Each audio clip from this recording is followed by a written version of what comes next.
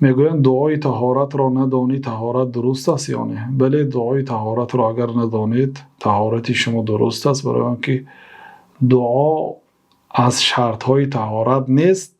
غیر بسم الله که در نزد بعضی علما بسم الله گفتن در ابتدای طهارت واجب است، میگن که طهارت نکرده است آن آدمی که پیش از طهارت بسم الله نگفته است. این مذهب احمد است.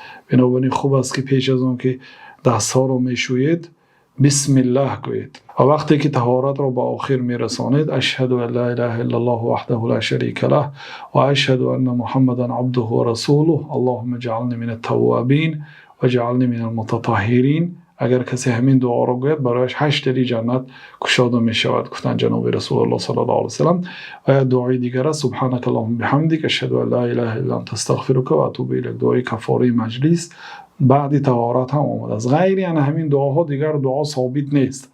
در بعض کتاب‌های کریلی به هر یک اعضا علاهیده دعا نوشتگن. وقتی که دست راست را میشویی فلان دعا را میگویی، رویت را میشویی فلان دعا را میگویی. اینها همه دروغ است، از پیامبر صلی الله علیه و سلم ثابت نشده است. والله اعلم.